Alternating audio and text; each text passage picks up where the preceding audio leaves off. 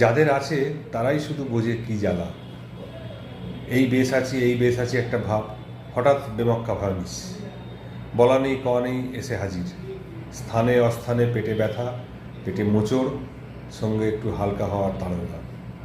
কখনো কখনো পেটে গুড়গুড় ভাব, বদহজম, পেট ফাঁপা, পেট ভার, সঙ্গে দোসর মেঘলা মন। তবে ভালো খবর, এতে কোনো গুরুতর ক্ষতির কোনো সম্ভাবনা নেই, কিন্তু ভোগান্তি 16 আনা। যার আছে সেই বোঝে, বারে বারে ফিরে আসে, নাজেহাল করে, আবার কখন যে সব ঠিকঠাক হয়ে ঝকঝকে রোদ উঠবে কেউ জানে না। ওষুধপত্র, পথ্য, খাদ্য বিচার, এর মাধ্যমে রোগ কিছু বসে থাকলেও পুরোপুরি কিন্তু সারে না। মাঝে মাঝে আসে, জানান দেয়, আবার চলে যায়। এটাই হচ্ছে আইবিএস, ইরিটেবল বাউল সিনড্রোম। কেন এমন হয়? বারে বারে ঘুরে আসে, আবার চলে যায়। কারণ অনেক, তবে অনেক কারণের মধ্যে যদি কোনো একটা কারণকে ধরা যায় তা হলো বেতালা মন, বেসুরো পেট এবং তাদের সমবত গানের ছন্দপত। এখানে বলে রাখা ভালো, একটা ঝকঝকে স্বাস্থ্যোজ্জ্বল কর্মকুশল দিন কিন্তু সুরেলা ও ছন্দবদ্ধ মন ও পেটের যুগলবন্দির ওপরই নির্ভর করে। পেট বলতে আমরা পরিপাকতন্ত্রকে বুঝি। আমাদের পেট কিন্তু আমাদের খাদ্য, আমাদের পানীয়, আমাদের পরিবেশ, আমাদের প্রকৃতি সাথে খুব নিবিড়ভাবে যুক্ত। দীর্ঘদিনের সহাবস্থান, দীর্ঘদিনের বোঝাপড়া। আর মন ও আমাদের দুটো স্তরে কাজ করে। উপরের তলায় থাকে মনের কোমল কুসুম ভাবগুলো খেলা করে, আবেগ, উদ্বেগ, অবসাদ, রাগ, অনুরাগ, সন্দেহ, এগুলো সব আর কি। ওরা কিন্তু নিয়ন্ত্রিত হয় বাইরের জগতের খবরের ওপরে। আর নিচের তলায় আছে পেইন এবং প্লেজার, এবং তার মানে ব্যথা ও আরামের কেন্দ্র। এরা দৈনিক বেঁচে থাকার ঘাত প্রতিঘাত সামলে বিবর্তনের মহাসড়কে আমাদের এগিয়ে যেতে সাহায্য করে। ব্যথা ও আরামের অনুভূতি কিন্তু নিয়ন্ত্রিত হয় উপরতলার মন এবং নিচের তলার পরিপাকতন্ত্র থেকে পাওয়া খবরাখবরের উপর। আমাদের মস্তিষ্ক ও পরিপাকতন্ত্র সবসময় খবরাখবর আদান প্রদান করতেই থাকে। একে বলা হয় গাট ব্রেন অ্যাক্সিস বা গাট ব্রেন অক্ষ। কোনো কারণে এই অ্যাক্সিস বা অক্ষের ভারসাম্য নষ্ট হলেই স্বাভাবিক জীবনের ঘটে ছন্দপতন। কিন্তু কেন এই ছন্দপতন ঘটে, কি তার কারণ? পৌষ্টিকতন্ত্রের ইনফেকশন, অন্ত্রের মধ্যে জীবাণুর বাড়বাড়ন্ত, খাদ্যের অ্যালার্জি বা অতিরিক্ত গ্যাস তৈরি হওয়া, বা অতি স্পর্শকাতর মনের কিছু পার্শ্ব প্রতিক্রিয়া। যাই হোক, যে কারণেই হোক, খাদ্যের একটা বড় ভূমিকা আছে। কাজেই অহেতুক চিন্তা না করে চিকিৎসা ও নিয়ম মানার পাশাপাশি লো ফডম্যাপ ডায়েটের উপরে নির্ভর করে থাকলে এই ইরিটেবল বাউল সিনড্রোমের রোগীরা দেখা গেছে দীর্ঘদিন ভালো থাকে। তাহলে আমাদের জানতে হবে লো ফ্যাটম্যাপ ডায়েট বলতে কী বোঝায়। যে সমস্ত খাবারে অলিগোস্যাকারাইড, ডাইস্যাকারাইড, মোনো ও পলিস্যাকারাইড নামের কার্বোহাইড্রেট কম আছে সেগুলো কি বলা হয় লো ফডম্যাপ ডায়েট। ফডম্যাপ কথার অর্থ হচ্ছে fermentable oligo di monosaccharides and polymers. কেন লো ফডম্যাপ খাবার খেলে আইবিএস রোগের বসে থাকে?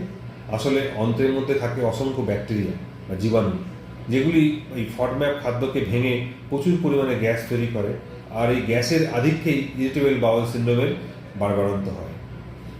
কয়েকটি উদাহরণ দেওয়া যাক লো ফ্যাটম্যাপ খাবারের।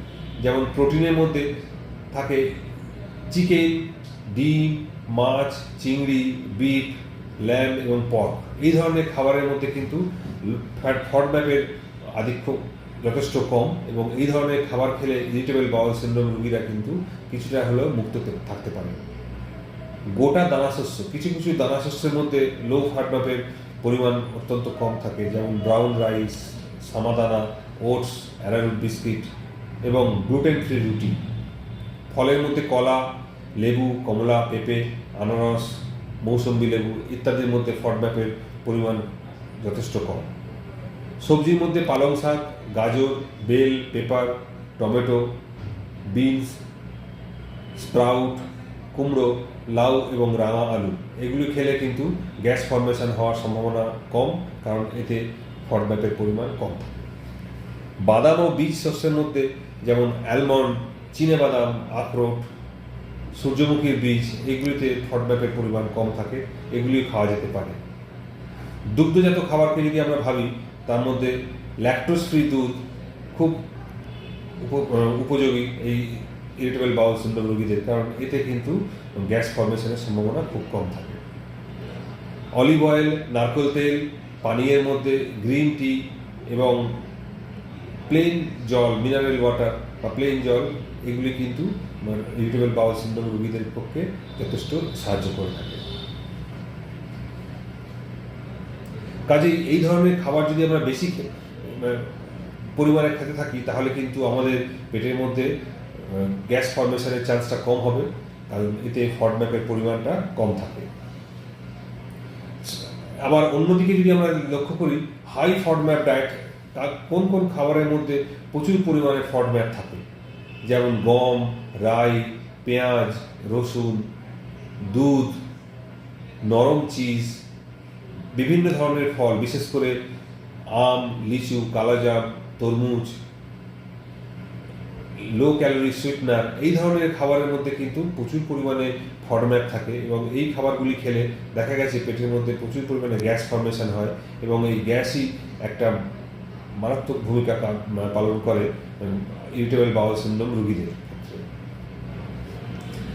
আবার এটাও দেখা গেছে কিছু কিছু খাবার কোনো কোনো রোগীর ক্ষেত্রে সহ্য করে নিলেও অনেক রোগীর ক্ষেত্রে সেগুলো সহ্য করতে পারেন না। যেমন পার্সন টু পার্সন কিছু কিছু খাবারের মধ্যেও একটু দেখা যায় তাদের মধ্যে খাবার সহ্য করার ক্ষমতাটা কম, কারণ একটিতে সমস্যা হয়, কারণ একাধিক ফুডের সমস্যা হয়।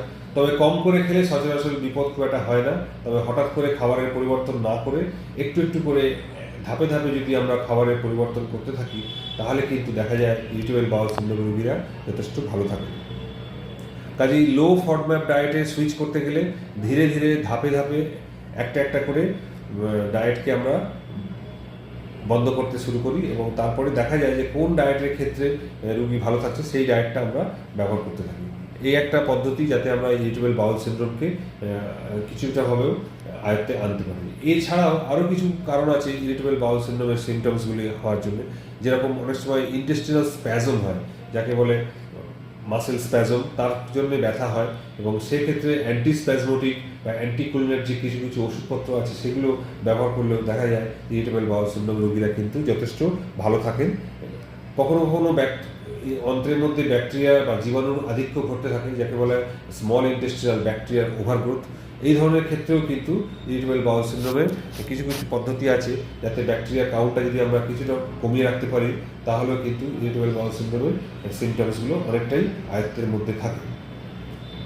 এছাড়া মানসিক অবস্থা, মনের অবস্থা, সেটা একটা বড় ভূমিকা পালন করে, কারণ মেঘলা মন, অবসাদগ্রস্ত মন বা আতঙ্কিত বা অনিশ্চয়তায় ভুগছে, এই ধরনের অ্যাংজাইটিতে ভুগছেন যারা, তাদের ক্ষেত্রে ইরিটেবল বাউল সিনড্রোমের সমস্যাগুলো বেশি মাত্রায় দেখা যায়, কারণ মন তখন যথেষ্ট স্পর্শকাতর হয়ে ওঠে এবং পেটের সামান্যতম পরিবর্তনেই তাকে কাহিল করে তোলে এবং তাদের মধ্যে নানা রকমের সিমটমস দেখা যায়। কাজে সেই ক্ষেত্রে কিছু ধরনের ওষুধপত্র আছে যেগুলো খেলেও সাইকোলজিক্যাল প্রবলেমটা আয়ত্তের মধ্যে রাখলেও ইরিটেবল বাউল সিনড্রোমের সিমটমস অনেকটা কম থাকে। এছাড়া যোগাভ্যাস করা উচিত, এক্সারসাইজ করা দরকার এবং অত্যধিক পরিমাণে জল খাওয়া উচিত এবং সাউন্ড স্লিপ একটা খুব বড় ভূমিকা পালন করে। ঘুমের যদি দেখা যায় ব্যাঘাত ঘটে এবং সাউন্ড স্লিপ যদি রাত্রিবেলা না হয় সেক্ষেত্রেও কিন্তু ইরিটেবল বাউল সিনড্রোমের রোগীরা নানাভাবে অসুস্থ হয়ে পড়ে। কাজেই সাউন্ড স্লিপ, খাদ্যাভ্যাস, পরিমিত এক্সারসাইজ এবং লো ফডম্যাপ ডায়েট, এটাই কিন্তু ইরিটেবল বাউল সিনড্রোমের মেইন চিকিৎসা।